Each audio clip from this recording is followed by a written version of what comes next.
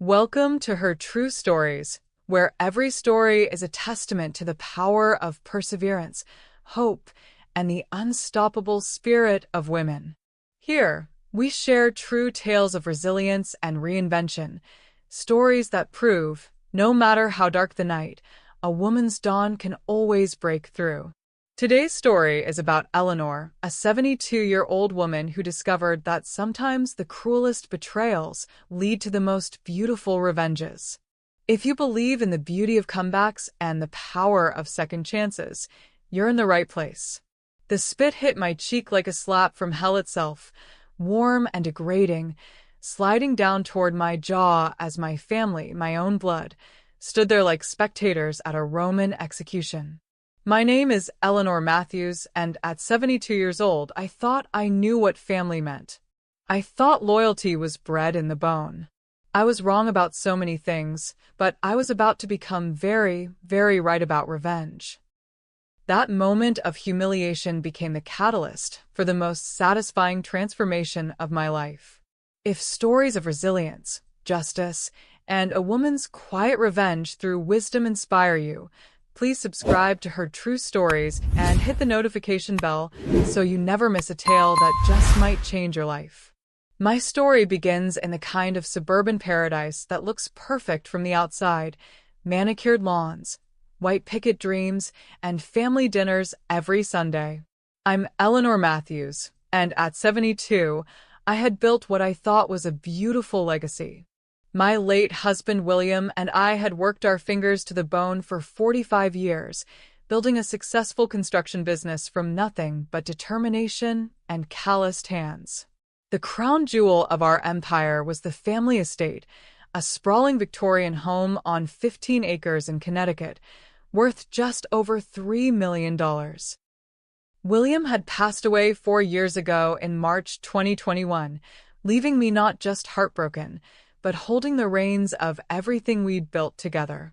The business, the properties, the investments, all of it flowing through my weathered but capable hands. I lived for my family. My son Michael, 48, had always been my golden boy, charming, intelligent, with his father's strong jaw and my stubborn streak. He'd married Isabella 7 years ago in June 2018, a sharp-tongued real estate agent who wore designer clothes like armor and treated kindness like weakness. They had 2 children, Ryan, 16, a quiet boy who loved computers more than conversation, and Sophie, 14, who had inherited her mother's quick wit but thankfully, not yet her cruelty. My daughter Rebecca, 45, had chosen a different path.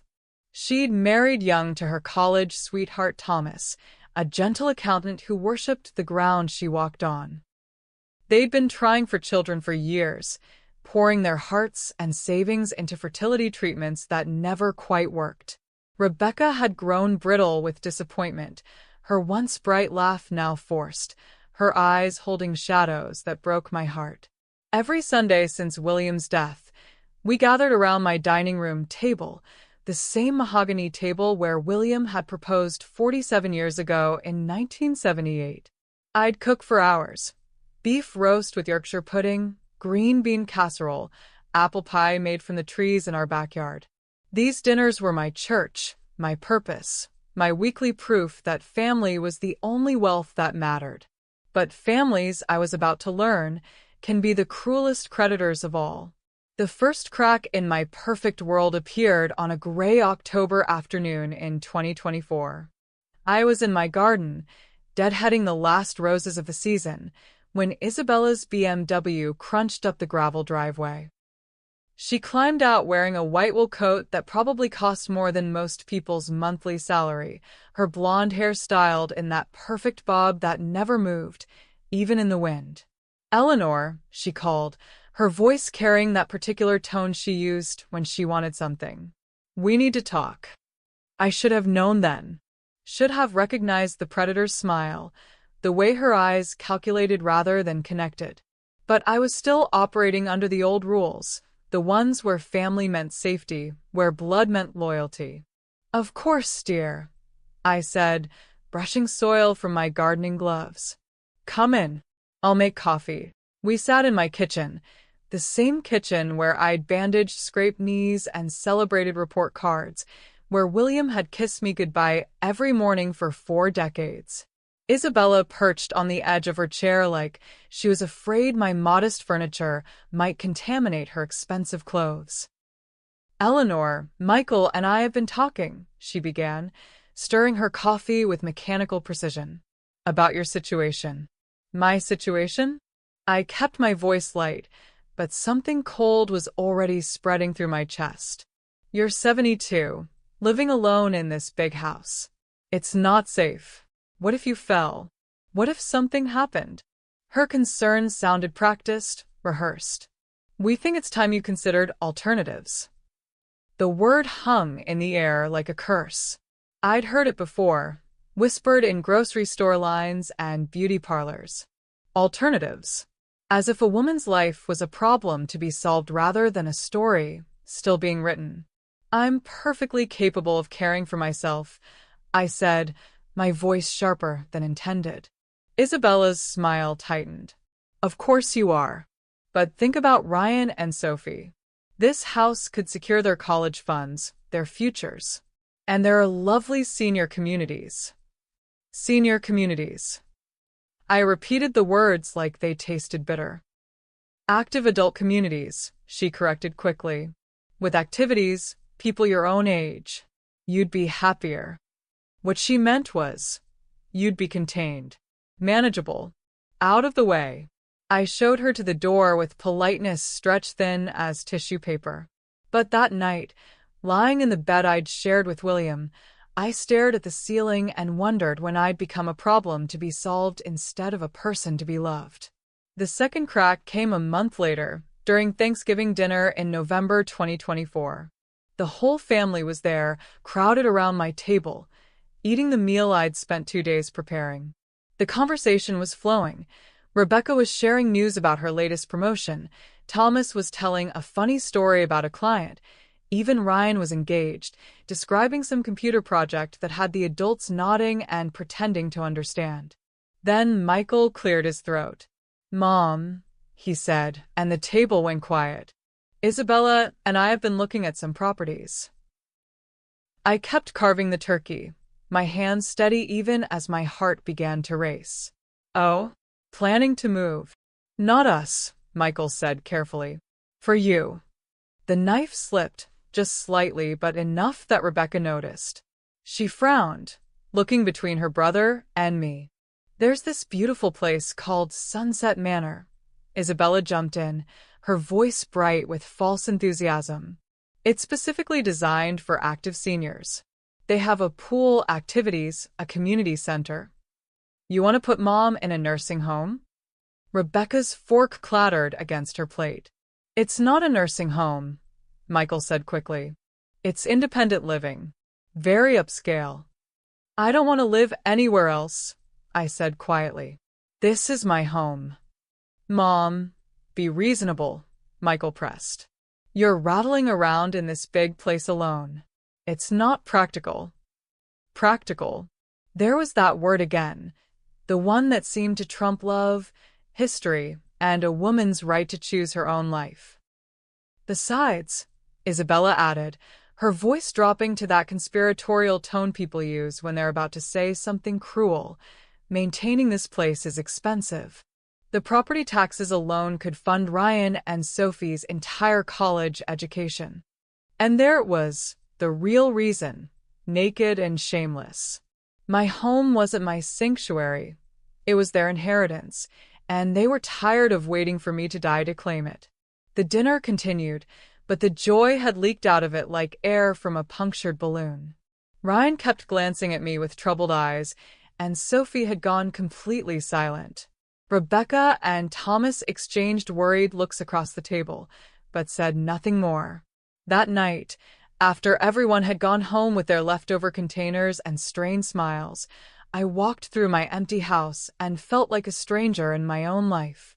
The walls that had witnessed my baby's first steps, William's last breath, 40 years of Christmas mornings and birthday parties.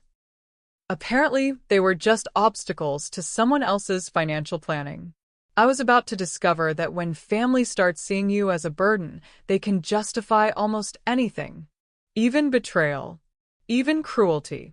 Even watching you be humiliated and doing nothing to stop it. The third and final crack came on a cold February morning in 2025, when I would learn that sometimes the people who claim to love you are the ones most willing to destroy you. February 15th, 2025. A date that would be burned into my memory forever. The morning that shattered my world started like any other Connecticut winter day. Gray sky pressing down like a lid, bare trees scratching at the horizon, winter holding on with desperate claws. I was in my kitchen, making coffee and planning my day around small pleasures. A trip to the library, lunch with my friend Dorothy, maybe some work on the photo albums I'd been organizing since William died.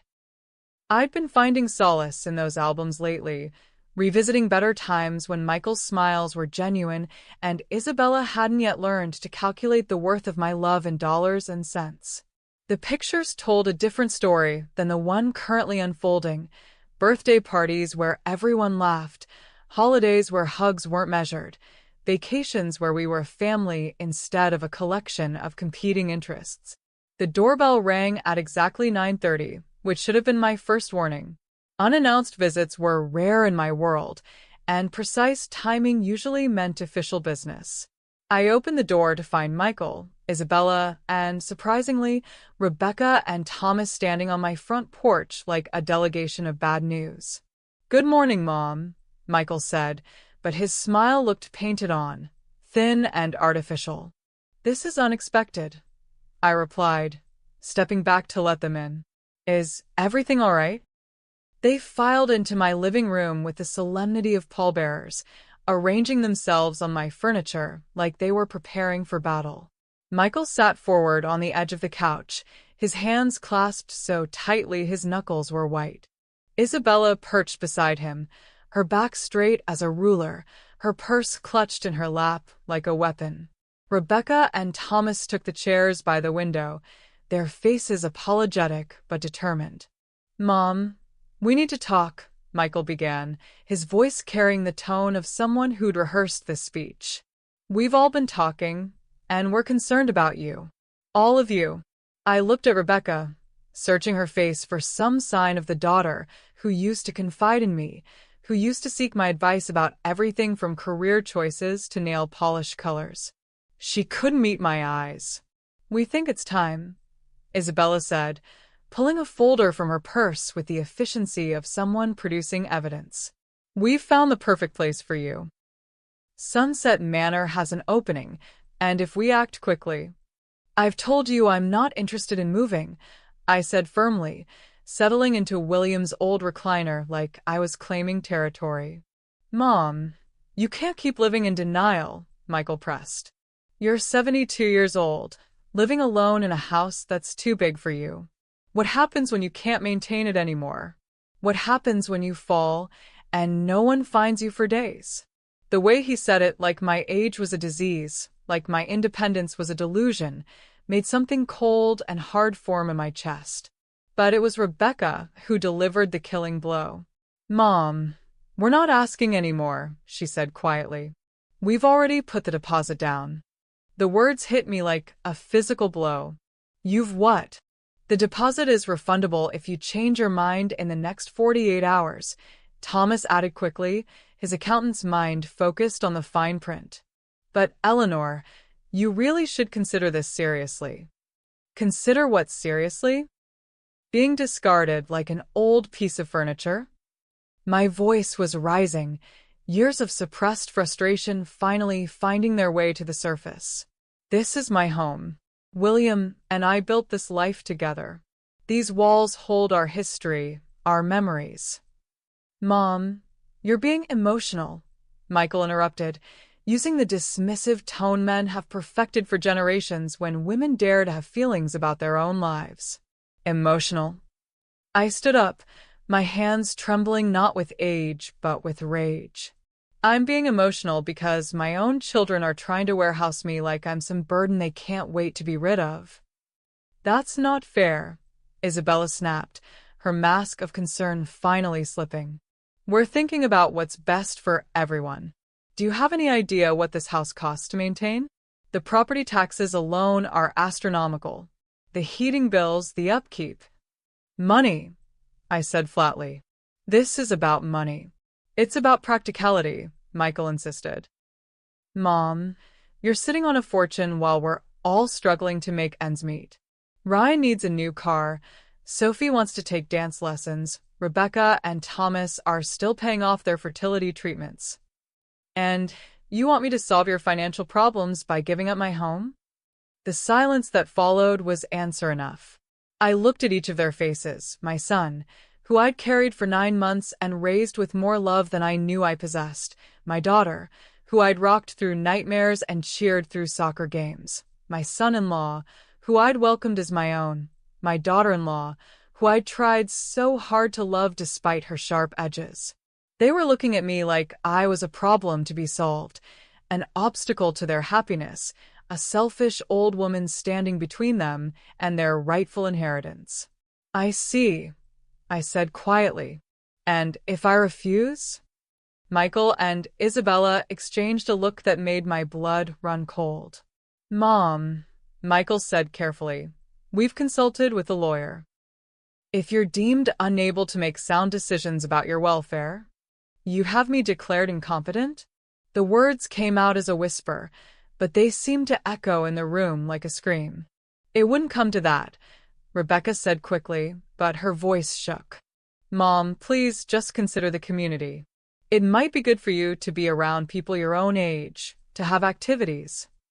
To be managed, I finished for her. To be contained where I can't be an inconvenience to your real lives. That was when Isabella made her mistake.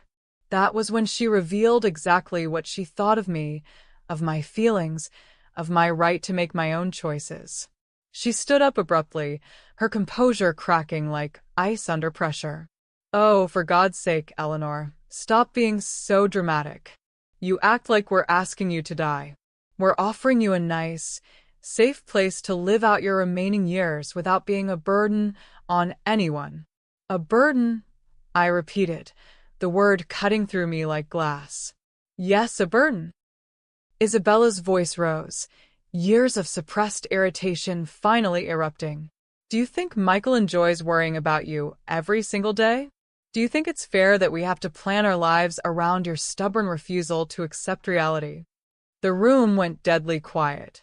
Even Isabella seemed to realize she'd gone too far, her face paling as the words hung in the air between us. But she wasn't done. You know what? She continued, her voice dropping to a venomous whisper. I'm tired of pretending. I'm tired of these forced family dinners where we all have to act like everything's fine while you guilt us into feeling sorry for you. You're a manipulative old woman who uses her dead husband's memory to control everyone around her. The slap would have been kinder. I felt something break inside me, not my heart, that had been cracking for months, but something deeper. My faith in family, my belief in blood bonds, my assumption that love could survive anything. Get out, I said quietly. Mom, Michael started, but I cut him off. Get out of my house. All of you. Isabella grabbed her purse with shaking hands, her face flushed with anger and something that might have been shame. Michael looked like he wanted to say something, but Isabella was already heading for the door, and he followed like a dog on a leash. Rebecca lingered, tears in her eyes. Mom, I'm sorry. I never meant. You meant it enough to put down a deposit, I said, my voice steady despite the earthquake happening inside my chest. You meant it enough to threaten me with legal action. You meant it enough to sit there while she called me a manipulative old woman. Rebecca's face crumpled, but she didn't deny it. She couldn't, because it was true. They had all sat there and watched Isabella tear me apart, and none of them had said a word in my defense. But the worst was yet to come. An hour later, they returned. This time they brought reinforcements. Their lawyer, Mr. Peterson, a cold-eyed man in an expensive coat, and Ms. Chun from Sunset Manor, a woman with a clipboard and the efficient air of someone accustomed to processing other people's lives. But it was the presence of Ryan and Sophie that cut deepest. My grandchildren, 16 and 14, being used as emotional leverage in their parents' campaign to displace their grandmother. Mrs. Matthews, the lawyer said with professional courtesy, I understand there's been some resistance to discussing your housing options. Resistance. I almost laughed. Is that what we're calling it when a woman refuses to be evicted from her own home? Ms. Chen stepped forward with a practiced smile. Mrs. Matthews, I've brought some brochures about Sunset Manor. Once you see the amenities we offer, I think you'll find it quite attractive. I'm not interested, I said firmly. Mom, you're not being reasonable, Michael said, his voice taking on that patronizing tone. We're trying to help you. By forcing me out of my home? By ensuring you're safe and cared for, Isabella interjected sharply. Eleanor, you can't live in denial forever. You're an old woman living alone in a house that's falling apart around you. The words hit like slaps, each one designed to diminish me. But it was Ryan who broke my heart. Grandma, he said quietly, maybe it wouldn't be so bad. The place looks nice in the pictures, and you'd have friends there. I have friends, I said, looking at his young face. I have a life here. What life? Isabella snorted. Rattling around in this museum, talking to dead people's photographs, pretending like the past is more important than everyone else's future? The cruelty in her voice was breathtaking, but what happened next was worse. What happened next showed me exactly where I stood in my family's hierarchy of love and loyalty. I turned to face her fully, this woman who had married my son and somehow convinced herself that gave her the right to destroy me. Isabella, I've tried to be patient with you, to understand that this transition is difficult for everyone. But I will not be spoken to like this in my own home. Your home? Isabella's laugh was like breaking glass. Eleanor, you don't seem to understand. This isn't your home anymore. You can't afford it. You can't maintain it. You can't even take care of yourself, let alone this white elephant that's bleeding money from everyone around you. That's enough, I said, my voice rising. No, it's not enough. Isabella was in full fury now, her carefully constructed composure completely gone. I'm tired of dancing around her feelings while you selfishly cling to a house that could solve all our problems. Do you know what Michael and I could do with our share of this money? Do you know how it could change Ryan and Sophie's lives? You want to discuss inheritance? I asked quietly. Let's discuss inheritance. That's when Isabella made the choice that would define both of our destinies. That's when she crossed a line that couldn't be uncrossed, committed an act so vile that it would haunt her for the rest of her life. She stepped closer to me, her face twisted with rage and frustration, and said the words that would be her undoing. You know what, Eleanor? You're not just a burden. You're a selfish, manipulative old witch who's too stupid to know when she's beaten. And then she spat in my face. The warm saliva hit my left cheek and began sliding toward my jaw, carrying with it 7 years of suppressed contempt, months of calculated manipulation, and a lifetime of believing that cruelty was acceptable if it served her purposes. The room went dead silent. I stood there with my daughter-in-law's spit on my face, surrounded by my family, and waited for anyone, to defend me, to express outrage, to show that this behavior was unacceptable, that I was worth protecting, that some lines should never be crossed. But they just watched. Michael, my golden boy, my firstborn, the child I'd carried and nursed and worried over for 48 years, he just stood there with his mouth slightly open, looking shocked but doing nothing. Rebecca, my baby girl, who used to crawl into my bed after nightmares, who'd asked me to be her maid of honor, she stared with wide eyes but remained silent. Thomas, who'd been part of our family for 20 years, who'd eaten at my table hundreds of times, he looked uncomfortable but said nothing. Even the lawyer and the woman from Sunset Manor just watched, perhaps calculating whether this display of family dysfunction would help or hurt their cause. Only Ryan and Sophie showed any real distress. Ryan looked horrified, his face pale with shock. Sophie had tears in her eyes, her hands pressed to her mouth like she was trying to keep herself from screaming. But none of them, not one single person in that room, told Isabella her behavior was wrong. Not one of them handed me a tissue or asked if I was all right. Not one of them stood up for me. They just watched. I reached up slowly and wiped Isabella's spit from my face with the back of my hand, the gesture deliberate and controlled. When I spoke, my voice was steady, quiet, and filled with a certainty that seemed to surprise everyone in the room. Thank you, I said. Thank you. Isabella looked confused, like my reaction wasn't what she'd expected. Yes, I replied, meeting her eyes with a calmness I hadn't felt in months. Thank you for showing me exactly who you are. And thank you for showing me exactly who they are. I looked around the room at my family, my blood, my legacy. All of you. I walked to the door and held it open. Get out of my house. Mom, Michael started. Get out of my house, I repeated, my voice carrying an authority I'd forgotten I possessed. All of you. Now. They filed out in uncomfortable silence, Isabella leading the way with her chin raised like she'd won some kind of victory. The lawyer muttered something about emotional decisions and cooling off periods. Ms. Chen clutched her brochures and tried to maintain her professional smile. Michael lingered at the threshold, his face troubled. Mom, we'll talk when you've had time to think. No, I said simply. We won't. After they left, I stood in my hallway and felt something I hadn't experienced in months. Clarity. The betrayal was complete, the humiliation absolute, the message crystal clear. My family saw me as an obstacle to be removed, a problem to be solved, a burden to be managed. But they'd made one crucial mistake. They'd forgotten that I still had choices to make.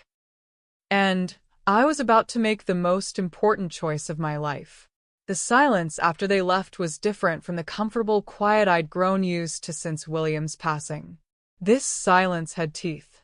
It bit at me, whispered cruel truths, echoed with the sound of my own children calculating my worth in square footage and market value. I walked through my house like a ghost haunting her own life, touching familiar objects that suddenly felt foreign. The family photos on the mantel seemed to mock me, all those smiling faces at Christmas mornings, graduation parties, wedding days. Had they been pretending even then? Had Michael been thinking about inheritance when he hugged me at his wedding? Had Rebecca been calculating real estate values when she helped me plant the rose garden after William's funeral? The worst part was the doubt they'd planted in my mind like a poison seed. Was I being unreasonable? Was I truly just a stubborn old woman clinging to a house too big for her failing body? The questions circled in my head like vultures, picking at my confidence, my sense of self, my right to make my own choices. I tried calling my friend Dorothy, but her phone went straight to voicemail. I remembered then that she was visiting her daughter in Florida, another woman whose family had decided she needed managing. Was I destined for the same fate? Was this how it ended for women like us, discarded, displaced, deemed too inconvenient for the lives we'd given everything to create? The hours crawled by like wounded animals. I made tea I didn't drink, started books I couldn't focus on, wandered from room to room in my own home like I was already a stranger there. By evening, I was exhausted from grief and numb from betrayal, but sleep wouldn't come. I lay in my bed, staring at the ceiling, listening to the house settle around me like old bones creaking. That first night, February 15th turning into February 16th, I felt something die inside me. Not love, that was too complicated to simply disappear, but trust. The foundation of faith I'd built my relationships on had cracked beyond repair, and I was falling through the spaces where my certainties used to be. The next few days blurred together in a haze of grief and growing anger. Tuesday, February 17th, brought a call from Michael that I didn't answer. Wednesday brought flowers from Rebecca with a card that said, "I'm sorry," words that felt too small for the magnitude of what had happened. Thursday brought a visit from Mrs. Henderson next door, who'd heard raised voices and wanted to make sure I was all right. "Oh, Eleanor," she said, sitting in my kitchen with a cup of tea she'd made for both of us. "Family troubles are the hardest kind." I found myself telling her everything. The pressure to move, the threats of incompetency proceedings, the deposit they'd place without my consent, and finally, Isabella's ultimate act of disrespect. Mrs. Henderson listened without judgment, her weathered hands wrapped around her teacup, her eyes reflecting the kind of understanding that only comes from living through your own share of heartbreak. "My dear," she said when I finished, "what you're describing isn't love. It's ownership. They've confused being your children with being your owners." Her words hit me like lightning. Ownership. That's exactly what it was. They believed that having carried my DNA gave them the right to control my choices, my home, my future. It was sometime after midnight on February 18th when I made a decision that would change everything. I got up, put on my robe, and walked to William's old office. He'd kept his important papers in a fireproof safe behind his desk: birth certificates, insurance policies, property deeds, and most importantly, our wills. I pulled out my will with shaking hands, reading through the legal language that spelled out my final wishes. Everything. The house, the business, the investments, the life insurance policies, divided equally between Michael and Rebecca, with small bequests for the grandchildren and a few charities. It was a standard family will, written with love and the assumption that my children would honor my memory with the same care I'd shown them in life. What a fool I'd been. I sat in William's chair, surrounded by the ghosts of better times, and began to understand something that would have terrified the woman I'd been 3 days ago. I had power. More power than my children realized. More power than I'd ever fully appreciated. They wanted to treat me like a burden? Fine. They wanted to see me as nothing more than an obstacle to their financial security. Perfect. They'd show me exactly who they were, and now I would show them exactly who I could become. But first, I needed to understand my options. The thought of changing my will felt both terrifying and liberating. For 45 years, I defined myself through my relationships to other people: William's wife, Michael's mother, Rebecca's mother, Ryan and Sophie's grandmother. The idea of making choices based purely on my own wishes felt foreign, almost selfish. But then I remembered Isabella's spit sliding down my cheek, and the way my family had watched it happen without a word of protest. I remembered the deposit they'd placed without my consent, the lawyer they'd brought to intimidate me, the way they'd spoken about me like I wasn't even in the room. Selfish? No. Self-preservation. Friday, February 19th, brought a moment of clarity that cut through my confusion like sunlight through storm clouds. I was standing in my kitchen, looking out at the garden William and I had planted together. The rose bushes we'd chosen for our first anniversary, the apple trees we'd planted when the children were small, the herb garden I'd added after he died because I finally had time to tend it properly. This house wasn't just my home. It was my life's work, my partnership with William made manifest in wood and stone and carefully tended earth. Every room held memories, every corner told a story, every piece of furniture had been chosen with love and intention. And they wanted to sell it all to pay for dance lessons and fertility treatments and new cars.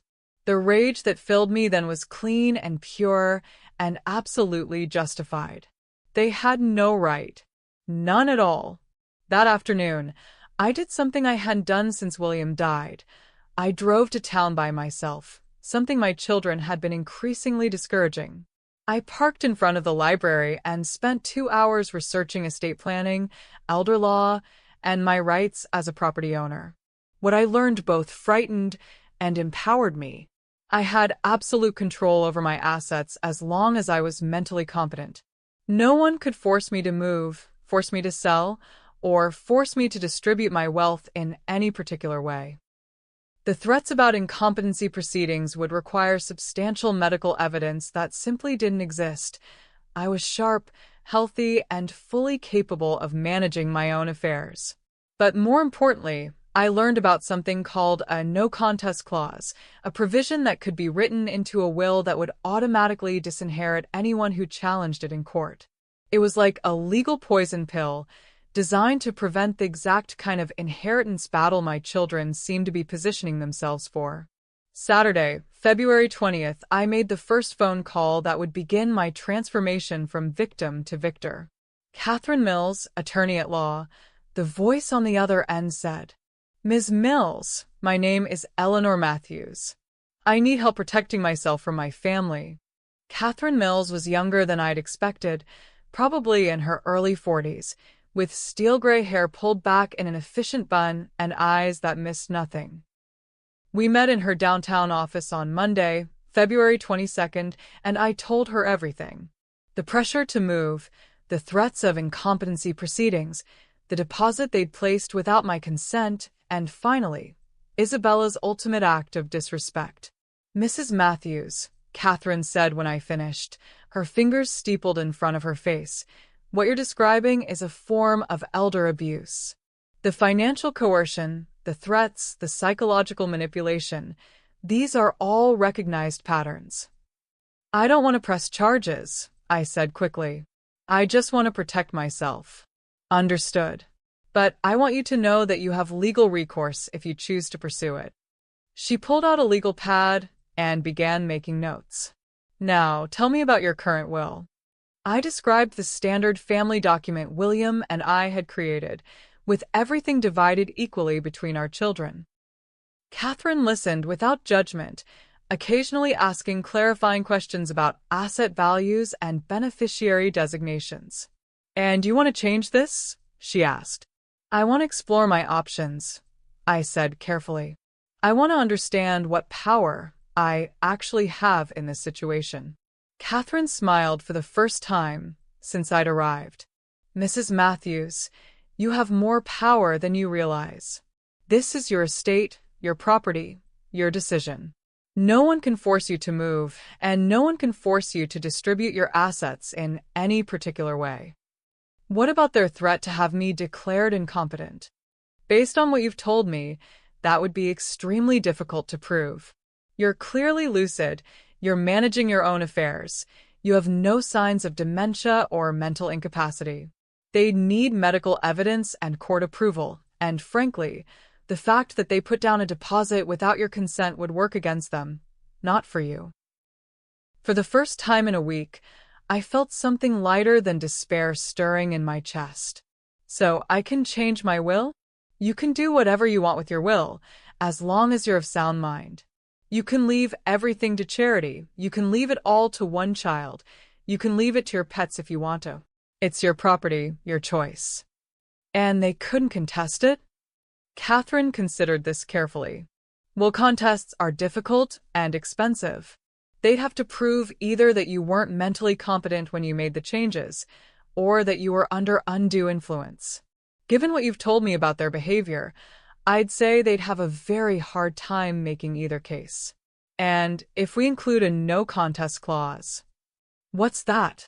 "A provision that automatically disinherits anyone who challenges the will. It makes contesting extremely risky. If they lose, they get nothing at all." I left Catherine's office with a folder full of information and, for the first time in weeks, something resembling hope. But more than hope, I had a plan forming in my mind, not just for protecting myself, but for teaching my family a lesson they'd never forget. That evening, I did something I hadn't done since William died. I opened a bottle of the good wine, poured myself a generous glass, and sat in his old chair to think. The house felt different now, not empty, but expectant, like it was waiting to see what I would become. I thought about the woman I'd been a week ago, accommodating, generous, desperate to keep the peace at any cost. That woman would have given in by now, would have sacrificed her own happiness to avoid conflict, would have let herself be managed and manipulated because she believed that's what good mothers did. But that woman was gone, killed by her own daughter-in-law's spit and her family's silence.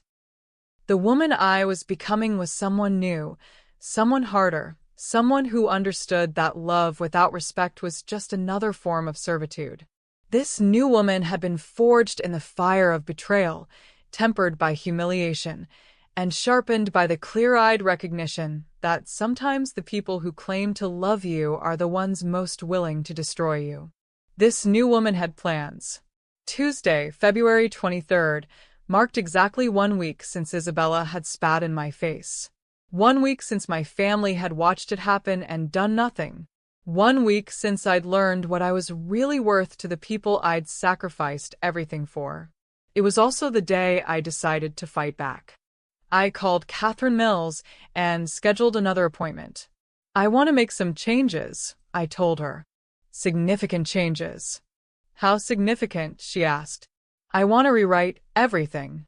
While I waited for our meeting, I began documenting everything with the methodical precision of someone building a legal case. I wrote down every conversation about moving, every threat about incompetency, every cruel word Isabella had said. I printed out emails and text messages. I even wrote a detailed account of the spitting incident, including the fact that my entire family had witnessed it and done nothing. But documentation was just the beginning. I was planning something far more elegant than a simple will change. I was planning a moment of perfect justice, a teaching moment that would show my family exactly what their cruelty had cost them. I was planning to let them watch me sign their future away. The idea came to me on Thursday evening, February 25th, as I was organizing William's old photographs. I found one from Michael's 8th birthday party. All of us crowded around the dining room table, Michael's face glowing with joy as he blew out his candles, me and William beaming with parental pride. We'd been so happy then, so sure that love was enough to keep us together forever. But looking at that photo now, I realized something profound. That dining room table had been the stage for so many of our family's most important moments. Birthday celebrations, holiday dinners, homework sessions, heart-to-heart talks. It was the center of our family universe, the place where we came together to share our lives. It would be the perfect place for them to learn what their cruelty had cost them. Friday, February 26th, I met with Catherine again. We spent 3 hours crafting the new will with the precision of surgeons and the creativity of artists. Every clause was deliberate, every bequest carefully calculated to send a message. But more than that, we planned the execution, the timing, the setting, the guest list for what would become the most important dinner party of my life. The new will was a masterpiece of poetic justice. The house, the beautiful Victorian home that had been the center of their greed, would go to the local historical society to be preserved as a museum in William's memory. The construction business would be sold, with the proceeds going to establish a scholarship fund for young entrepreneurs from working-class families. My personal belongings would be distributed among various charities, with specific items going to people who had shown me genuine kindness over the years. Ryan and Sophie, my grandchildren who had shown distress at my mistreatment, would receive education funds, not from the sale of my property, but from my personal savings, money that was mine to give freely. The amount would be substantial, $150,000 each, enough to pay for college, but not enough to replace the millions their parents were expecting.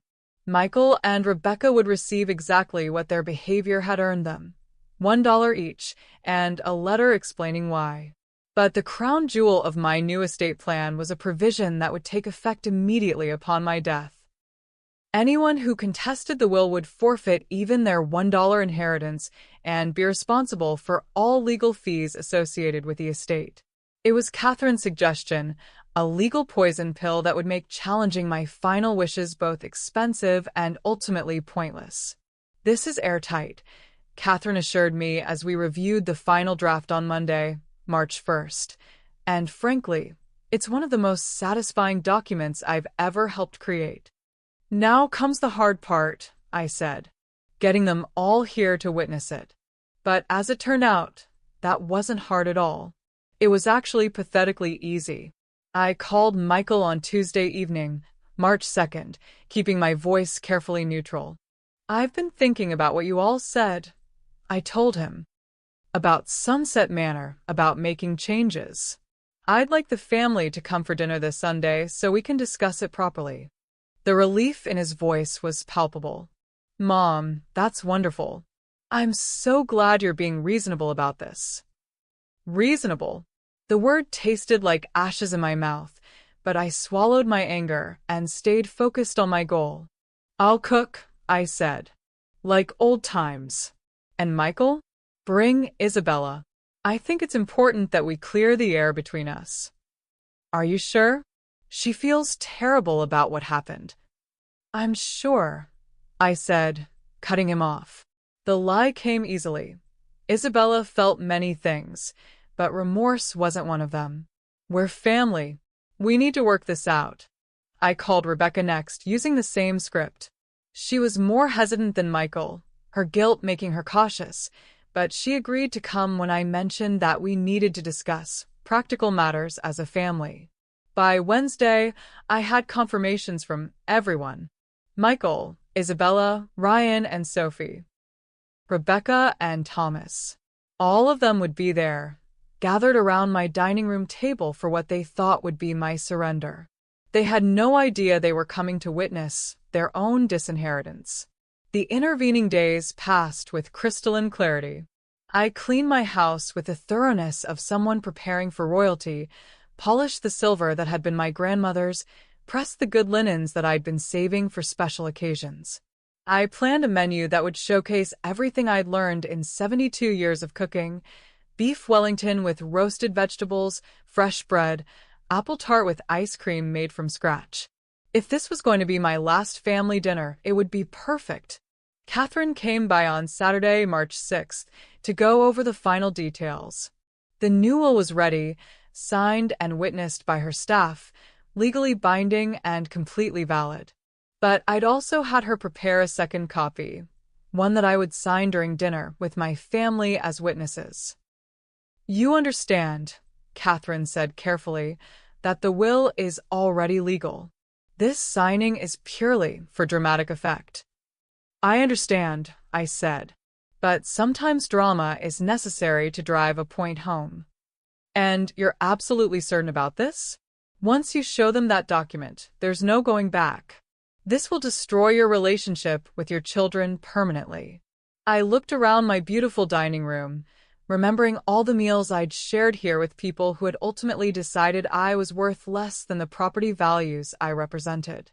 "Catherine," I said quietly, "they destroyed our relationship when they watched someone spit in my face and did nothing to stop it.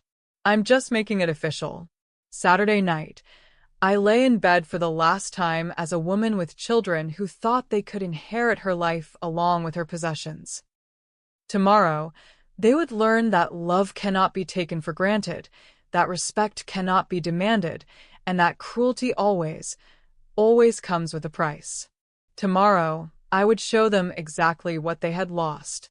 And I would do it with a smile on my face and the good china on the table, because if there's one thing a woman of my generation knows how to do, it's serve revenge with perfect hospitality. Sunday, March 7th, dawned crisp and clear, the kind of early spring day that tricks you into thinking winter might actually end. I woke before sunrise, not from anxiety, but from anticipation. Today was the day I reclaimed my power, my dignity, and my right to write my own ending. I moved through my morning routine with the precision of a general preparing for battle. Shower. Hair styled in the elegant updo I'd worn to William's funeral. Makeup applied with the care of someone who wanted to look her absolute best for what might be her most important performance. I chose my outfit like I was dressing for court. A navy blue dress that William had always loved, pearl earrings that had been my mother's, and the diamond wedding ring that I'd worn for 45 years. I wanted to look like exactly what I was, a woman of substance, dignity, and considerable means. A woman whose love had been taken for granted and whose generosity had been mistaken for weakness. The cooking began at 9 o'clock. Beef Wellington wasn't a dish for the timid or the rushed. It required patience, skill, and absolute confidence. As I rolled out pastry and seasoned the beef, I felt a calm settle over me that I hadn't experienced in weeks. This was my kitchen, my domain, my stage, and I was about to give the performance of my lifetime. While the Wellington rested, I set the table with ceremonial care. The good china that we'd only used for Christmas and Easter, the crystal glasses that caught the light like captured rainbows, the silver candlesticks that had been a wedding gift from William's mother. In the center of the table, I placed a single manila folder containing the duplicate will, positioned exactly where I usually put the Sunday roast. Catherine had offered to be present for moral support, but I declined. This was family business, and I needed to handle it alone. Besides, there was something poetic about using the same dining room where my children had grown up, where they'd learned their table manners and their values, to teach them the hardest lesson of their lives. At 3 o'clock, I opened the good wine to let it breathe. At 4, I checked my appearance one final time in the hallway mirror. The woman looking back at me was someone I'd almost forgotten I could be. Strong, composed, and utterly in control of her own destiny. The first car pulled into my driveway at exactly 5 o'clock. Michael and his family, right on time as always. I watched through the window as they climbed out, noting the way Isabella had dressed for the occasion, a designer dress that probably cost more than most people's monthly salary, her hair and makeup perfect as always. She thought she was coming to my surrender. She dressed for a victory celebration. How wrong she was. "Mom," Michael called as I opened the door, his smile bright with relief and anticipation. "Something smells incredible." "Beef Wellington," I said, accepting his kiss on the cheek like it was perfectly normal, like nothing had changed between us. "Your father's favorite." Ryan and Sophie hung back slightly, their faces uncertain.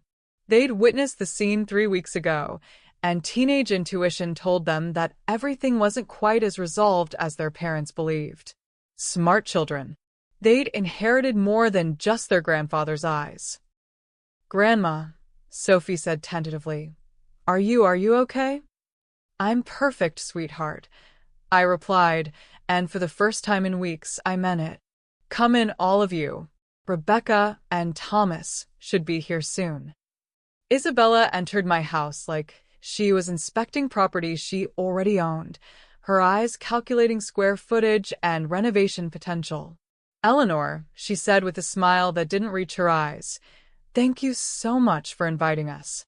I hope we can put all that unpleasantness behind us." Unpleasantness. As if spitting in someone's face was just a minor social awkwardness, like using the wrong fork at dinner. "Of course," I said smoothly. Water under the bridge. Rebecca and Thomas arrived 10 minutes later, their faces carefully neutral, but their body language screaming guilt and anxiety. Rebecca had brought flowers, white roses, probably meant as an apology or a peace offering. I accepted them graciously, put them in a vase, and set them on the sideboard where they couldn't compete with the manila folder for attention. "Thank you, dear," I said, kissing her cheek. "They're lovely." "Mom, about what happened," Rebecca started, but I waved her off. "Tonight is about moving forward," I said firmly. "Let's have a nice dinner, and then we can discuss the future like civilized people." As we gathered in the living room for aperitifs, I watched my family with new eyes. Michael kept checking his phone, probably texting with the lawyer about next steps. Isabella was mentally redecorating, her gaze lingering on furniture and artwork like she was already planning the estate sale. Rebecca couldn't sit still, her nervous energy filling the room like smoke. Only Ryan and Sophie seemed truly present, and they kept shooting concerned glances between their grandmother and their parents. Children often see what adults miss, and they were seeing something their parents couldn't. that I wasn't defeated. I wasn't broken. I was something else entirely. "Dinner is ready," I announced after we'd finished our drinks. "Shall we?" They filed into the dining room with the solemnity of people attending an important business meeting, which I suppose they were. The table looked magnificent, candlelight dancing off crystal and silver, the beef Wellington golden and perfect in its pastry crown, sides arranged like an offering to the gods of family harmony. But it was the manila folder in the center of the table that drew their attention. Michael's eyes fixed on it immediately, his lawyer's instincts recognizing the significance of legal documents at a family dinner. "What's that, Mom?" he asked, nodding toward the folder. "We'll discuss it after dinner," I said pleasantly, beginning to serve the meal with the practiced grace of a woman who'd hosted hundreds of family dinners. "Let's eat first. The Wellington is best when it's hot." The meal proceeded with the surreal quality of a play where everyone knew their lines, but no one was quite sure what drama they were performing. Michael and Isabella made forced conversation about Ryan's academic achievements and Sophie's art projects. Rebecca and Thomas discussed their recent vacation to the mountains. I played the gracious hostess, asking questions and making comments like this was just another Sunday dinner. But underneath the polite surface, tension crackled like electricity before a storm.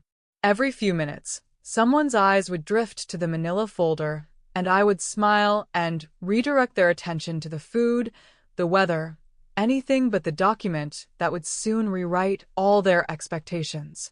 "This is incredible, Grandma," Ryan said, his teenage appetite temporarily overriding the awkward family dynamics. "I've never had Wellington before." "Your grandfather always said it was my masterpiece," I replied. "I'm glad you like it. Grandpa would have loved this," Sophie added softly, and for a moment, genuine warmth flickered around the table. William had been beloved by all his grandchildren, and his absence was still felt at every gathering. "He would have," I agreed. "In fact, I think he would have been very interested in tonight's discussion." Another round of glances toward the folder, another deflection as I offered seconds and complimented the children on their table manners. Finally, when the plates were cleared and coffee was served, Michael couldn't contain himself any longer. "Mom," he said, his voice carefully controlled, "about that folder?" "Yes," I said, settling back in my chair with the satisfaction of someone who just delivered a perfect performance. "I suppose it's time to discuss the future." I reached for the manila folder with deliberate slowness, savoring the moment.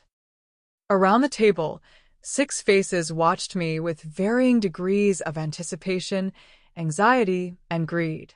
Only Ryan and Sophie looked genuinely uncertain about what was coming.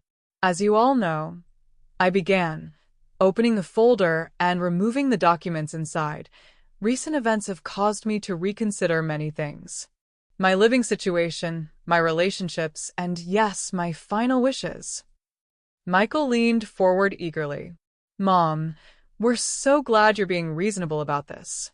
Sunset Manor really will be perfect for you, and we can get the house on the market as soon as—" "Michael," I interrupted gently, "I think there's been a misunderstanding." The room went very quiet. "You see," I continued, my voice steady and pleasant, "I'm not moving to Sunset Manor. I'm not moving anywhere. This is my home, and I'll live here until the day I die." Isabella's face began to flush. "Eleanor, we've already discussed this. You can't possibly." "Furthermore," I continued, ignoring her interruption, "I've decided to make some changes to my will. Significant changes." I pulled out the new will, the pages crisp and white in the candlelight. "I thought you should all be here to witness this, since these changes affect each of you directly." "What kind of changes?" Rebecca asked, her voice barely above a whisper. I smiled at her with genuine warmth. "Well, dear, since you all seem so concerned about my ability to make sound financial decisions, I've decided to make the soundest decision of all. I'm ensuring that my estate goes to people and organizations that truly value what William and I built together. The silence that followed was deafening. This house, I said, my finger tracing down the document, will go to the Historical Society to be preserved as a museum in William's memory. The business will be sold, with proceeds establishing a scholarship fund for young entrepreneurs from working-class families. My personal belongings will be distributed among various charities. Michael's face had gone white. Mom, you can't be serious. Oh, but I am, I replied cheerfully. Ryan and Sophie, of course, will receive education funds from my personal savings. Not from the house sale, you understand, but from money that's mine to give freely. $150,000 each. The teenagers looked confused and worried, sensing disaster, but not understanding its scope. And Michael and Rebecca, I continued, my voice taking on the satisfied tone of someone delivering perfectly crafted justice, you'll each receive exactly what your behavior has earned you. I paused, letting the suspense build like a conductor before the crescendo. $1 each. The words dropped into the silence like stones into still water, sending ripples of shock across every face at the table. $1. Michael repeated, his voice strangled. Each, I confirmed, along with a letter explaining exactly why. Isabella shot to her feet, so fast her chair tipped backward. You can't do this. You can't just. This is our inheritance. Our children's future. Your children's future, I said calmly, is exactly what I'm protecting. Ryan and Sophie will receive their education funds regardless of their parents' behavior. But you, Isabella, and you, Michael, will receive exactly what you've earned through your treatment of me. This is insane, Isabella shrieked. You're a vindictive old woman who's lost her mind. Actually, I said, standing and walking to my briefcase, I have a letter here from my doctor confirming my complete mental competency, and another from my lawyer explaining that this will is legally binding and virtually impossible to contest. Would you like to see them? Michael's face had gone from white to gray. Mom, please, let's talk about this rationally. You're upset, I understand that, but... I'm not upset, I interrupted, and it was true. I felt calmer than I had in weeks. I'm finally thinking clearly. For the first time since your father died, I'm making decisions based on what I want, not on what everyone else expects from me. But we're your children, Rebecca cried, tears streaming down her face. We're your family, are you? I asked quietly. Because family members don't threaten each other with competency hearings. Family members don't put deposits on nursing homes without consent. And family members certainly don't spit in each other's faces while everyone else watches. The room went deadly silent as my words hit their target. Isabella's face turned bright red, and Michael looked like he wanted to disappear into the floor. Grandma, Ryan said tentatively, what are you talking about? I looked at my grandson, this sweet boy who would soon learn what kind of people his parents really were, and felt a pang of regret. But children needed to understand that actions had consequences, that cruelty was never acceptable, and that sometimes the people you love the most are the ones who hurt you the deepest. 3 weeks ago, I said gently, your mother spat in my face because I refused to move out of my home. And everyone in this room except you, and Sophie watched it happen and did nothing to stop it. Ryan's face went white with shock. Sophie gasped and put her hands over her mouth. Thomas looked like he was going to be sick. That's not, Michael stammered, but there was no defense for the indefensible. So you see, I continued, turning back to the will, this isn't about money or inheritance or even about this house. This is about respect, dignity, and the fact that love without those things is worthless. I picked up a pen from beside my plate, the same sterling silver pen William had used to sign our original wills, and positioned it over the signature line. Wait. Michael jumped up, reaching toward me. Mom, don't do this. We can work it out. We can. We can what? I asked, the pen hovering over the paper.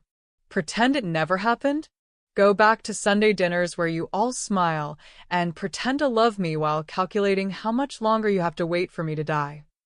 The truth of it hung in the air like smoke.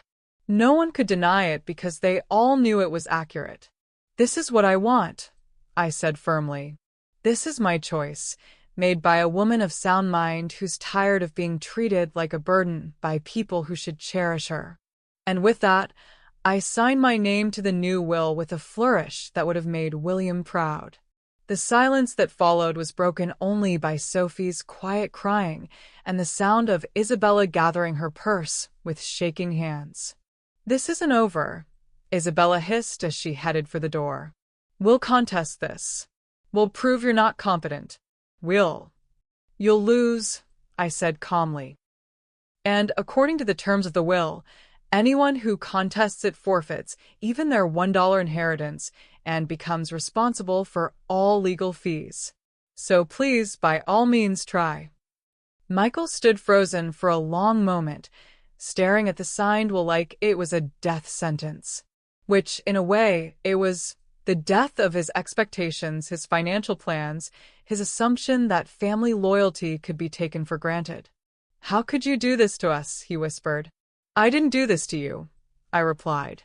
You did this to yourselves. Every cruel word, every threat, every moment you treated me like an obstacle instead of your mother. You did this. They left in shocked silence, Ryan and Sophie casting worried glances back at me as their parents hustled them toward the door. Rebecca lingered longest, tears streaming down her face.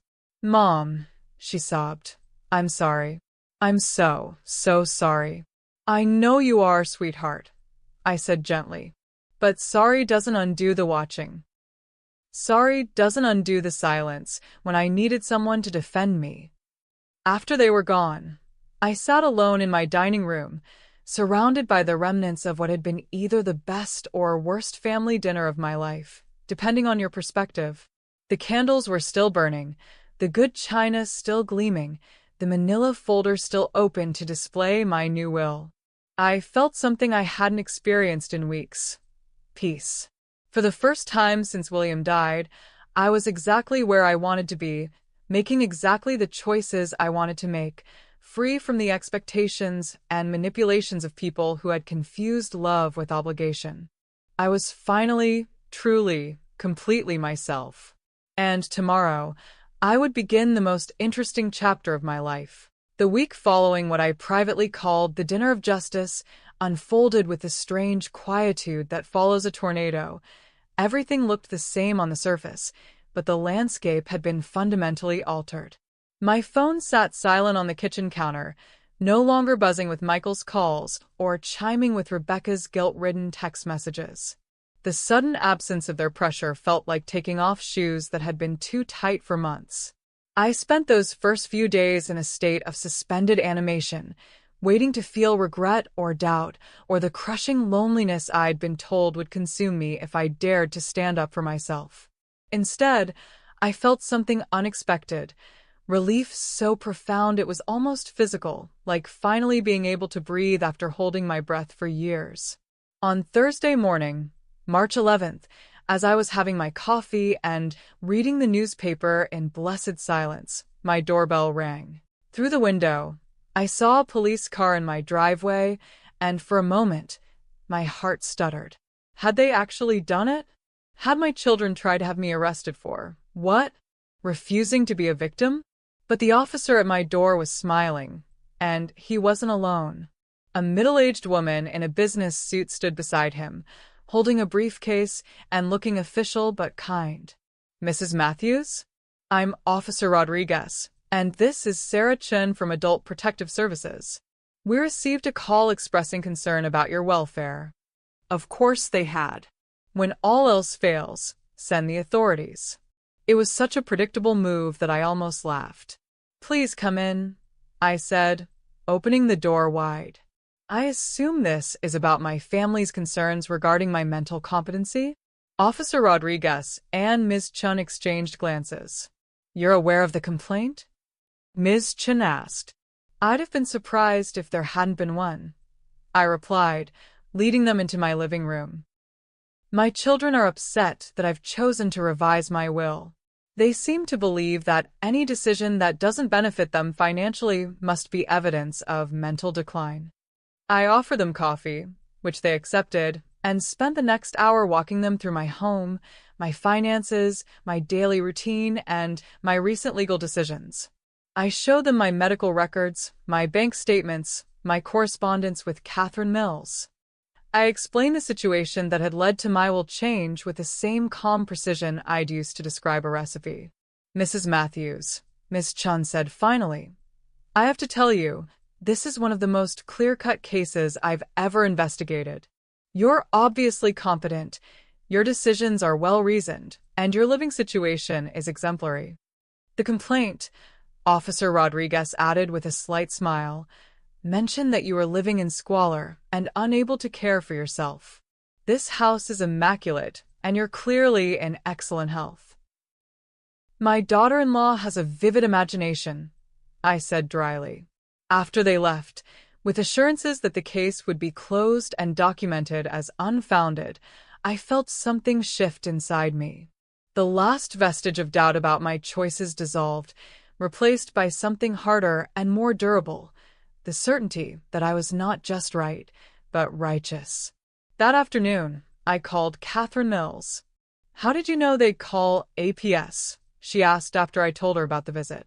Because desperate people do desperate things, I replied. And they're very desperate right now. Well, their desperation just backfired spectacularly. Having an official investigation conclude that you're completely competent will make it virtually impossible for them to challenge your will on mental capacity grounds. Good, I said, because I have some ideas about what comes next. What came next was the most liberating month of my life. I started small, with changes that felt like tiny revolutions. I rearranged the furniture in the living room, moving William's chair to face the window instead of the television.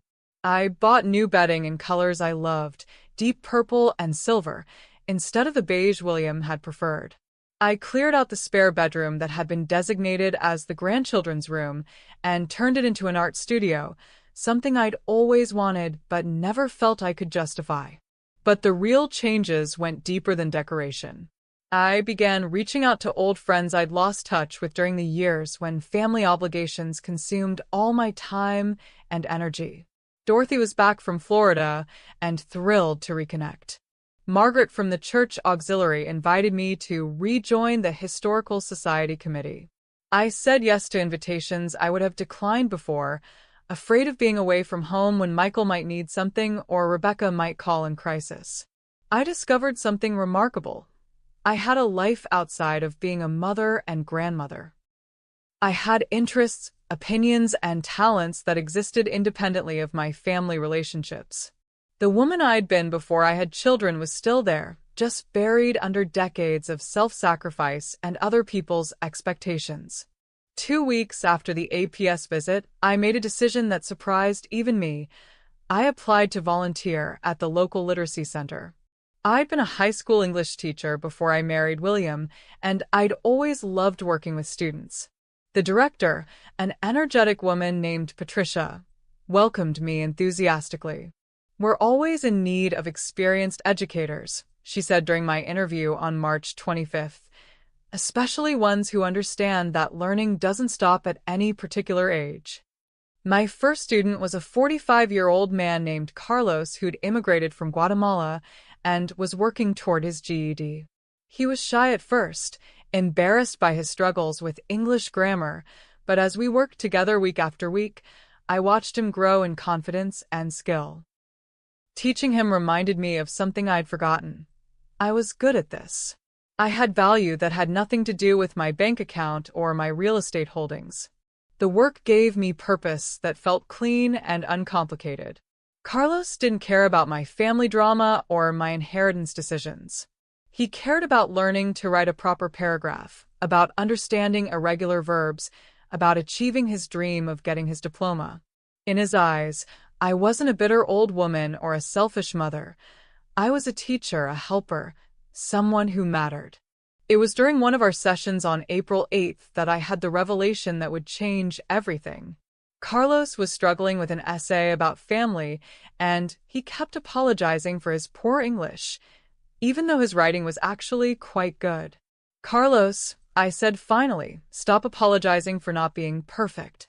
Your English is improving every week, and your ideas are excellent. Don't let anyone make you feel small for trying to better yourself." He looked at me with surprise. "But I make so many mistakes." "Everyone makes mistakes," I replied. "The people who love you don't keep score."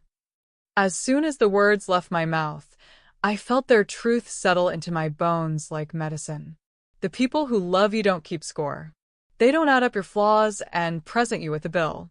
They don't make you pay for their affection with compliance and self-sacrifice.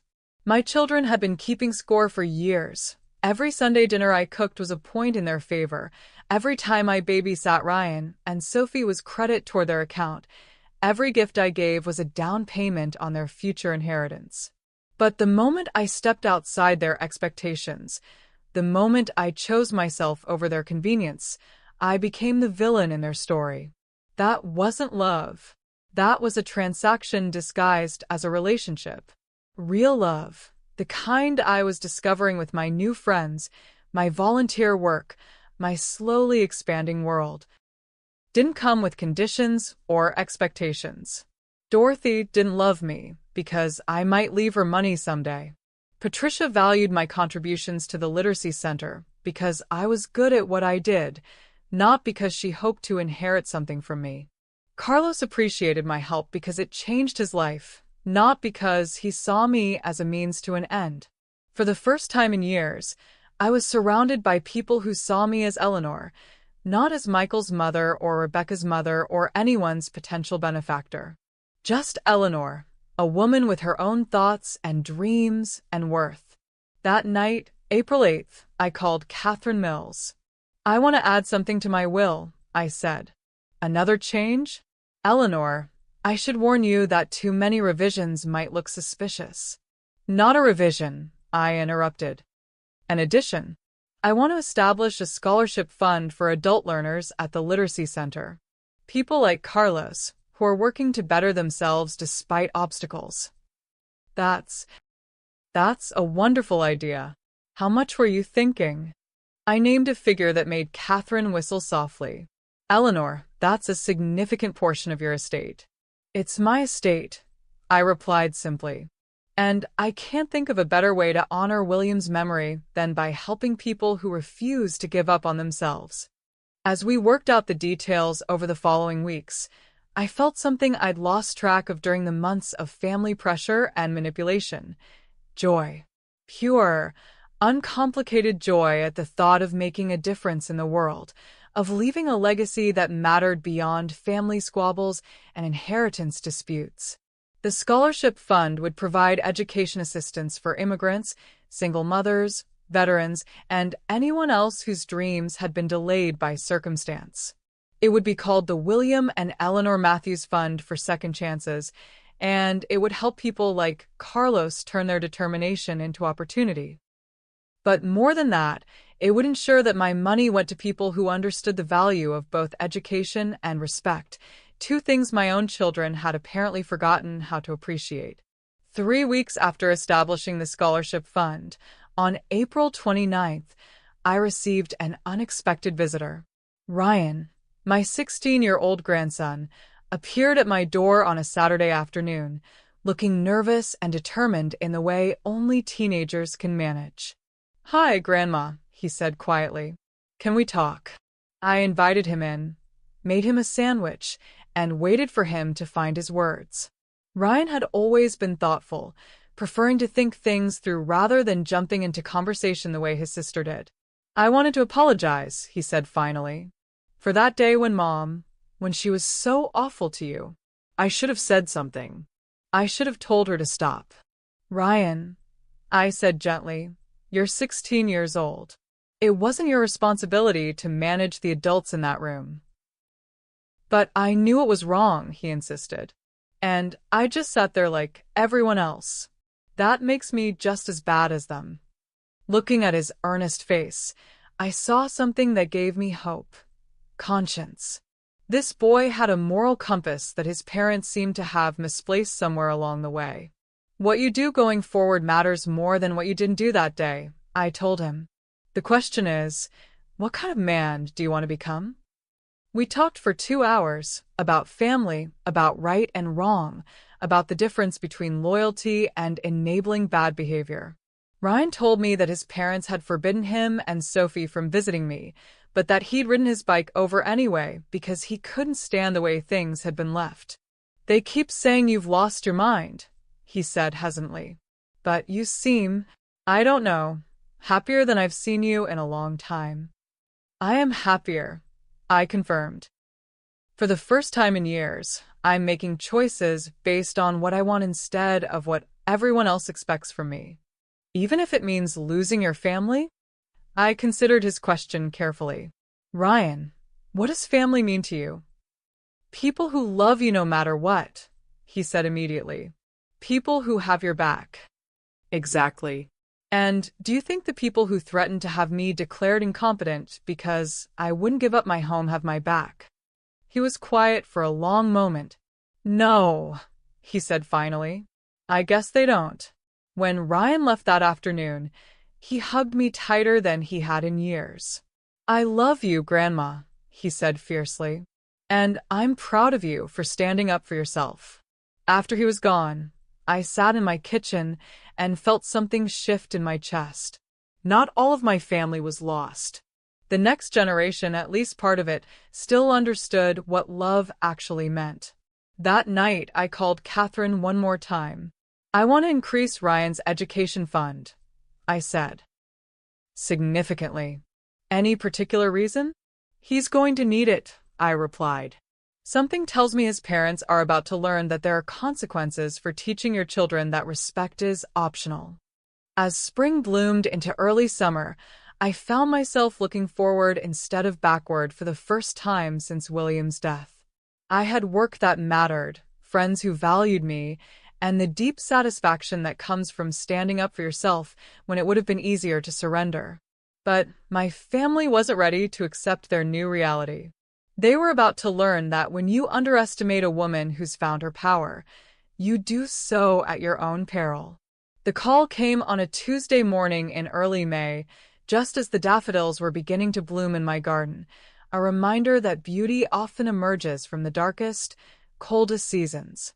I was having coffee with Dorothy on my back porch, enjoying the kind of easy conversation that flows between real friends, when my phone rang.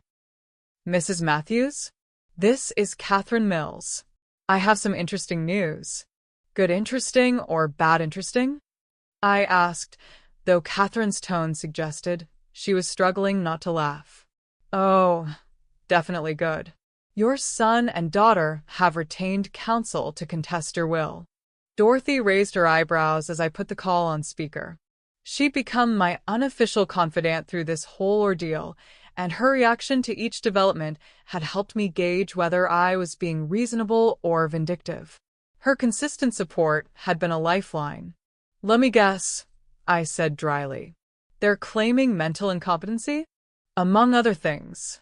Their lawyer filed papers yesterday citing sudden and dramatic personality changes consistent with dementia, financial decisions that show poor judgment, and, this is my favorite, social isolation and paranoid behavior.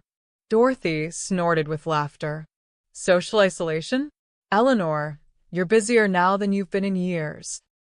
That's exactly what I told their lawyer when he called this morning, Catherine continued. I invited him to review the APS report, your medical records, and the documentation of your volunteer work. I also mentioned that we have witness statements from several people who can attest to your mental acuity and emotional well-being. What did he say to that? He said he'd call me back. 20 minutes later, I got another call from Isabella's attorney. This was news. Isabella hired her own lawyer? Apparently, she and Michael are no longer in agreement about how to proceed. Her lawyer is threatening to sue you for elder abuse, claiming that changing your will was an act of financial manipulation designed to punish her for expressing legitimate concerns about your welfare. I had to give Isabella credit for creativity, if nothing else. To frame spitting in someone's face as expressing legitimate concerns took a special kind of audacity. So, what happens now? Dorothy asked. Now, Catherine said with unmistakable satisfaction, we let them dig their own graves. Eleanor, you understand that by contesting the will, they've triggered the clause that forfeits even their $1 inheritance and makes them responsible for all legal fees. I understand. How much are we talking about? With 2 separate legal teams? Probably $50,000 to $70,000 in attorney fees, plus court costs. And that's assuming they give up quickly, which doesn't seem likely. After Catherine hung up, Dorothy and I sat in comfortable silence for a moment, watching the birds at my feeder and contemplating the magnificent stupidity of people who think they can bully their way to an inheritance. You know what the beautiful irony is? Dorothy said finally. They're spending Ryan and Sophie's college money to try to get Ryan and Sophie's college money. She was right. Whatever funds Michael and Isabella had set aside for their children's education was probably going straight to lawyers who would ultimately tell them what Catherine had already explained. I was perfectly competent, perfectly within my rights, and perfectly protected by legal documents they couldn't break. But I underestimated their desperation and overestimated their intelligence. Over the next few weeks, as spring bloomed around me like a celebration of new life, my children's legal teams launched an assault that was as vicious as it was doomed. They subpoenaed my medical records, hoping to find evidence of cognitive decline. Instead, they discovered that my recent physical had described me as remarkably healthy for her age, with no signs of dementia or mental impairment. They interviewed my neighbors, fishing for stories of erratic behavior or social isolation. Instead, they heard about my volunteer work, my active social life, and my recent participation in the Historical Society's annual fundraiser. They even tracked down Carlos, my student at the Literacy Center, apparently hoping he would describe me as confused or inappropriate. According to Patricia, who called to warn me, Carlos was so offended by their questions that he offered to write a character reference letter describing me as the best teacher he'd ever had and a woman of great wisdom and kindness. Each failed line of attack only strengthened my position and increased their legal bills. But more importantly, it revealed to the community exactly what kind of people my children had become. Word spread quickly in our small town about the family trying to have their mother declared incompetent because she wouldn't give them her money. The sympathy I'd expected to flow toward Michael and Rebecca instead flowed toward me. Mrs. Henderson from the grocery store started setting aside the best produce for me. Tom at the hardware store refused to let me pay for the supplies I needed for my garden, saying it was the least he could do for someone dealing with ungrateful children. Even Father McKenna at the Catholic Church, despite the fact that I wasn't Catholic, stopped by to check on me and offer his support. I was becoming something I'd never been before, not just Eleanor Matthews, but a symbol of something larger. I represented every older woman who'd been dismissed, every mother who'd been taken for granted, every person who'd been told they were too old to make their own decisions. My story had touched a nerve in the community, and the response was overwhelming. But the real turning point came in late May, when Ryan made a decision that would change everything. I was working in my garden on a Saturday afternoon, May 22nd, planting the tomatoes that William had always insisted needed to wait until after the last frost, when I heard a car in my driveway. I looked up expecting to see Dorothy or one of my other friends, but instead saw a taxi pulling away from a figure standing at my front gate. It was Ryan, carrying a duffel bag and looking like he'd been through a war. "Grandma," he called out, his voice shaking. "Can I stay with you for a while?" I dropped my trowel and rushed to him, noting the dark circles under his eyes and the way his shoulders slumped with exhaustion. Of course, sweetheart. What happened? I couldn't take it anymore, he said as I led him into the house. The constant fighting, the way they talk about you, the lawyers calling all the time. And yesterday. He paused, his jaw tightening with anger. Yesterday, Mom said that if I kept defending you, I could just go live with my crazy grandmother and see how much I liked it. So here I am, he finished defiantly. And I do like it. I like it a lot better than living with people who think love comes with conditions. I made him his favorite grilled cheese sandwich and listened as he told me about the hell his home had become. The constant strategy meetings with lawyers, the phone calls with relatives asking them to be reasonable, the fights between his parents about whose approach was more likely to succeed. Sophie wanted to come too, he said quietly. But she's only 14, and she was scared they'd call the police or something. They might call the police anyway, I warned him. You're still a minor, Ryan. Your parents have legal rights. Let them call, he said with a fierce determination that reminded me so much of his grandfather. I'll tell the cops exactly why I left, and exactly what kind of people my parents have become. As if summoned by his words, my phone rang. Michael's name appeared on the screen, and Ryan nodded grimly. Answer it, he said. I'm not hiding. Hello, Michael. Mom, Ryan is missing. We think he might have. Have you seen him? I looked at my grandson, who was nodding encouragingly. He's right here, having lunch. The explosion was immediate and predictable. You kidnapped my son. I'm calling the police. This is exactly the kind of manipulative. Michael, I interrupted calmly. Ryan took a taxi here of his own accord because he was tired of living in a house full of anger and greed. He's 16 years old, not 6. He can make his own decisions about where he wants to spend his time. He's my son. You can't just. I can't just what? Show him kindness? Treat him with respect? Feed him lunch without demanding something in return? My voice was getting sharper despite my efforts to stay calm. Maybe if you'd tried those approaches, he wouldn't have felt the need to leave. The line went quiet for a moment, and when Michael spoke again, his voice was different. Less angry, more desperate. Mom, please. This is tearing our family apart.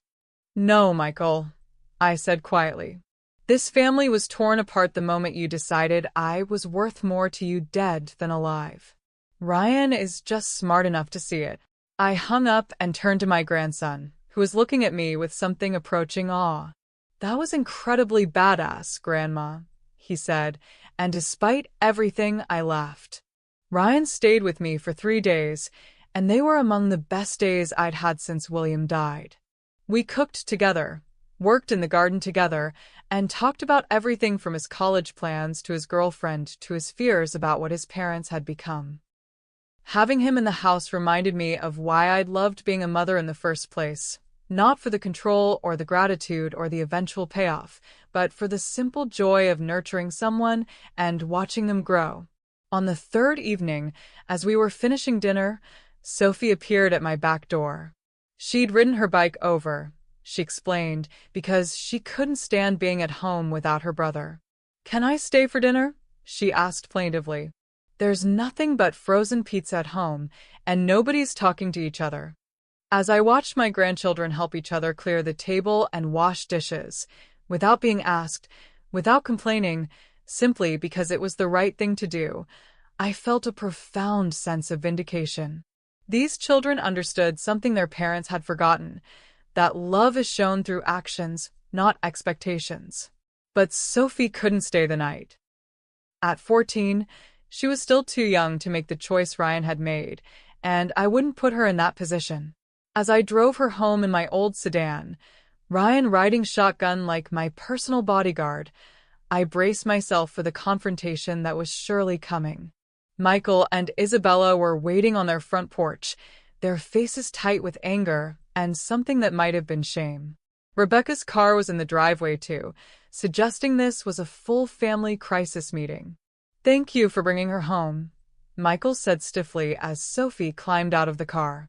"Ryan," Isabella said, her voice artificially sweet, "it's time to come home now. You've made your point." "I haven't made any point," Ryan replied, not moving from the passenger seat. "I've made a choice. I'm living with Grandma now." "You're 16 years old," Michael snapped. "You don't get to make that choice." "Actually," said a new voice, "he does." We all turned to see a police car pulling up to the curb.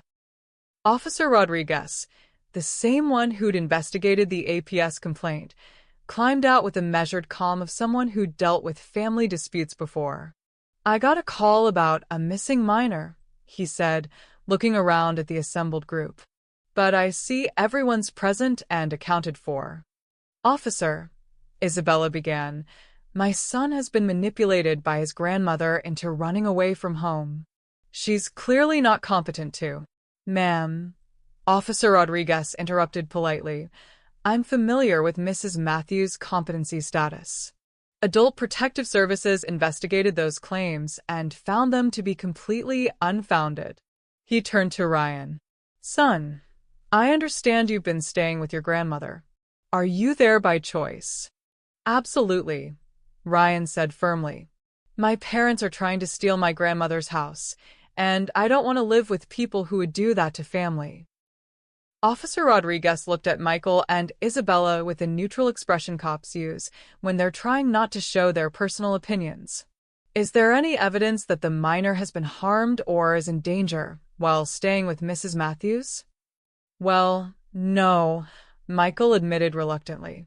"But she's manipulating him." "Sir, the boy is 16. In Connecticut, a 16-year-old can choose which parent to live with in custody situations, and they can certainly choose which relative to visit for extended periods. Unless you can show that he's in immediate danger, I can't force him to return home against his will." The conversation continued for another 10 minutes, but the outcome was never in doubt. Ryan would continue staying with me for as long as he chose to, and there was nothing Michael and Isabella could do about it legally. As we drove home through the quiet streets of our neighborhood, Ryan was uncharacteristically silent. Finally, he spoke. "Grandma, do you think they'll ever forgive me for choosing you?" I considered his question carefully. "Ryan, forgiveness implies that you've done something wrong. Choosing to live with people who treat you with respect isn't wrong. It's smart. But what if they cut me off completely? What if I never see Sophie again? Or what if they refuse to help with college? Then," I said, pulling into my driveway, "you'll learn the same lesson I learned, that people who love you conditionally don't really love you at all. And you'll be better off without that kind of love in your life." That night, as Ryan settled into the guest room that had been his room for years anyway, I felt something I hadn't experienced since this whole ordeal began: complete and total victory. Not because I'd won some legal battle or financial dispute, but because I'd saved something more valuable than money or property. I'd saved my relationship with my grandson, and in doing so, I'd saved a piece of the future. Ryan represented the best of what William and I had tried to build, not wealth or status or property, but character, integrity, the understanding that some things matter more than money. My children had forgotten those lessons, but the next generation was learning them, and that, more than any will or inheritance or legal document, was the true measure of my success. The war wasn't over yet, but I'd won the battle that mattered most, the battle for the hearts and minds of the people who would carry our family's values into the future. And I'd done it not through manipulation or control or financial leverage, but simply by showing them what love actually looked like when it wasn't asking for anything in return. 2 years have passed since that February morning when Isabella's spit hit my cheek and changed the trajectory of my life forever. As I write this, I'm sitting in my sunroom on a crisp October afternoon in 2027, watching Ryan rake leaves in the yard that he now tends with the same care his grandfather once showed. He's 18 now, a high school senior who chose to spend his final year living with his grandmother rather than his parents, and every day I'm grateful for that choice. The legal battles ended 8 months ago, exactly as Catherine had predicted they would. Michael and Rebecca's challenge to my will was dismissed with prejudice, meaning they can never challenge it again. The judge's written opinion was particularly scathing, noting that the evidence showed a competent, independent woman making thoughtful decisions about her estate, while her children displayed a disturbing sense of entitlement to assets they had no legal claim to. The final tally was devastating for them. $87,000 in legal fees, no inheritance, and a public record of their attempt to have their mother declared incompetent for financial gain. Isabella's separate lawsuit claiming elder abuse was dismissed even more quickly, with her attorney withdrawing from the case after it became clear that she had been the aggressor in our confrontation. But the real cost to them wasn't financial, it was social. In a town like ours, word travels fast, and the story of the family who tried to steal their mother's house became local legend. Michael's construction business began losing contracts as people questioned the ethics of someone who would treat his own mother so poorly. Isabella found herself frozen out of the social circles she'd worked so hard to penetrate, her real estate career suffering as potential clients wondered if they could trust someone so calculating. Rebecca fared slightly better, perhaps because she'd shown some genuine remorse, but her marriage to Thomas began showing strain under the financial pressure of the legal fees and the social embarrassment of their failed scheme. They moved to another state last spring, ostensibly for Thomas's job, but really to escape the whispers and stares that followed them everywhere in Connecticut. The most painful casualty was Sophie, my sweet granddaughter, caught between her parents' bitterness and her brother's rebellion, withdrew into herself and began struggling in school.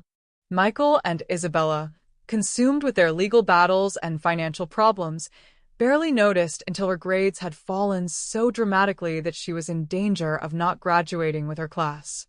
It was Ryan who finally intervened, calling me in tears one evening in March 2027 to say that Sophie had confided in him about cutting herself as a way to cope with the family chaos. Within hours, I was at Michael's house. The first time I'd set foot on his property since that terrible Sunday dinner, not as an enemy, but as a grandmother whose granddaughter needed help. The conversation was awkward and painful, but even Michael and Isabella couldn't maintain their hostility in the face of Sophie's crisis. We arranged for therapy, tutoring, and most importantly, regular visits with Ryan and me where Sophie could escape the toxic atmosphere of her home and remember what family was supposed to feel like. Slowly, carefully, Sophie began to heal. Her grades improved, her self-harm stopped, and the bright, funny girl I remembered began to emerge from the shell of anxiety and depression she'd retreated into. But the process required Michael and Isabella to acknowledge, at least partially, the damage their crusade had caused. I never wanted it to go this far, Michael told me one evening as we waited in the hospital after Sophie had had a panic attack at school. I thought you were being unreasonable. About what? I asked quietly. About wanting to live in my own home? About expecting my family to treat me with respect. He was quiet for a long time. When he finally spoke, his voice was heavy with something that might have been regret. I don't know how we got here, Mom. I don't know how we became people who would do what we did. I looked at my son, my firstborn, the boy I'd rocked through nightmares and cheered through soccer games, and felt a complicated mixture of love and sorrow. You became people who saw me as an obstacle instead of a person, I said gently. And once you started thinking of me that way, it became easier to justify anything. That conversation didn't heal our relationship overnight, but it was the beginning of something that might eventually become reconciliation. Michael began visiting occasionally, always awkward and careful, but genuine in his concern for Sophie and his tentative attempts to rebuild some kind of connection with Ryan and me. Isabella never apologized. She never acknowledged that spitting in my face was wrong, never admitted that their campaign against me had been motivated by greed rather than concern. She attended Sophie's therapy sessions when required, but maintained an attitude of injured dignity, as if she were the victim of some terrible injustice rather than the architect of her own downfall. I stopped caring about Isabella's opinion the day she chose cruelty over kindness. But I never stopped caring about my children, even when they disappointed me beyond measure. Love doesn't die just because it's not returned, and the mother in me still hopes that someday Michael and Rebecca will understand what they lost when they chose money over family. Ryan graduated valedictorian last spring and is now attending MIT on a combination of academic scholarships and the education fund I established for him. He visits every weekend, bringing his laundry and his girlfriend Sarah, a brilliant young woman studying environmental science who reminds me of myself at her age, strong, independent, and utterly unimpressed by wealth or status.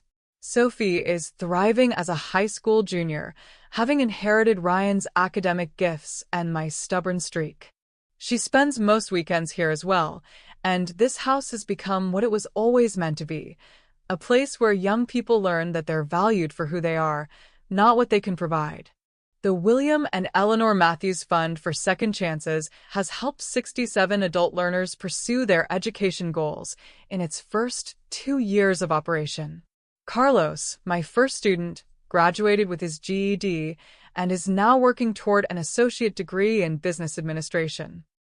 He stops by regularly to update me on his progress and to thank me for believing in him when he didn't believe in himself.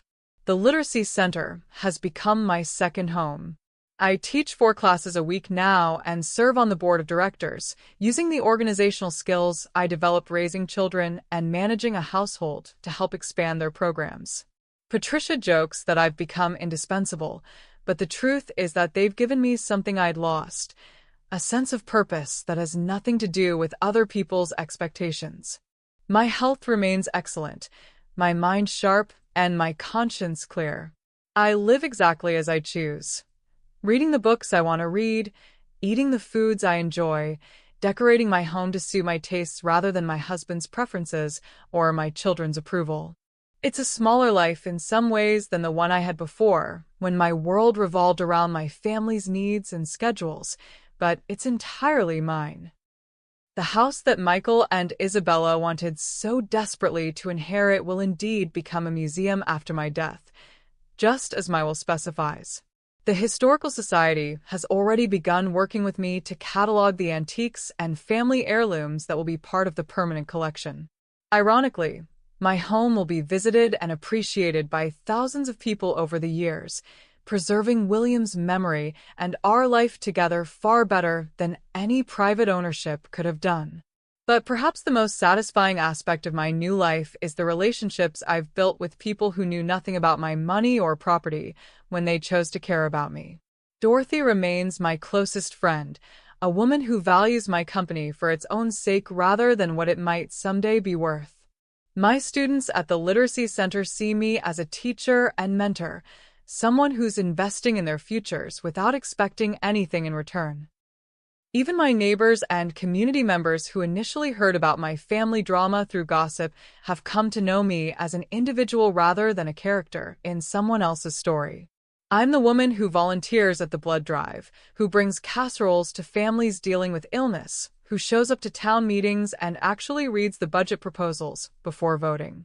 I've become, in other words, the person I was always meant to be, not defined by my relationships to other people, but by my own choices and actions. Do I miss my children? Every day.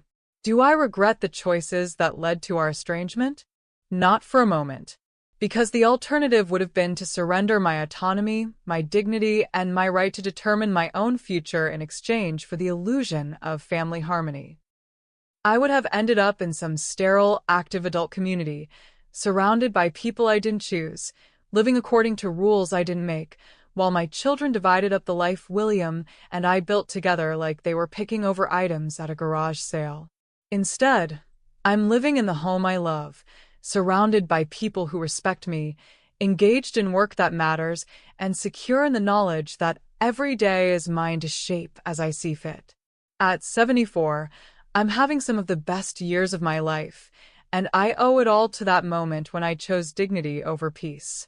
The spit that hit my cheek that cold February morning wasn't just saliva, it was a revelation. It showed me exactly who I was dealing with, exactly what my compliance was worth to people who claimed to love me, and exactly what I needed to do to save myself. Some people might call what I did vindictive or cruel. They might argue that families should forgive and forget, that blood is thicker than water, that I should have been the bigger person and let bygones be bygones. To those people, I say this: there's a difference between forgiveness and doormat behavior.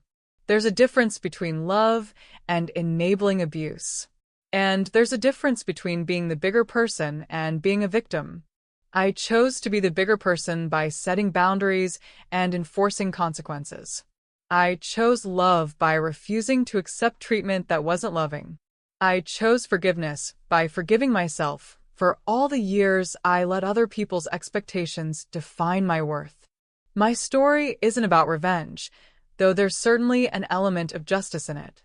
It's about reclaiming power that I'd given away gradually, unconsciously, in the name of keeping peace and maintaining relationships that had become toxic. It's about learning that sometimes the people who hurt you most are the ones who claim to love you, and that walking away from that kind of love isn't betrayal, it's survival. And it's about discovering that it's never too late to become the person you were meant to be, even if it means disappointing the people who preferred you diminished and compliant. Ryan asked me recently if I have any regrets about how everything played out. I told him the truth. My only regret is that it took me so long to value myself enough to demand that others value me too. The will I signed that Sunday evening wasn't just a legal document, it was a declaration of independence. It said that Eleanor Matthews was more than the sum of her relationships, more than her usefulness to others, more than a stepping stone to someone else's financial security. It said that Eleanor Matthews was enough, exactly as she was, to deserve respect, kindness, and the right to make her own choices about her own life. And for the first time in years, I believed it. As I sit here now, watching the leaves fall in my garden and listening to Ryan and Sarah plan their future together, I feel something I never expected to feel at this stage of my life: excitement about what comes next. There are books to read, students to teach, gardens to tend, and memories to make with people who choose to be in my life because they want to be, not because they feel obligated or because they hope to inherit something someday. My story is still being written, and I'm the only one holding the pen. That knowledge fills me with a peace and purpose I'd almost forgotten were possible.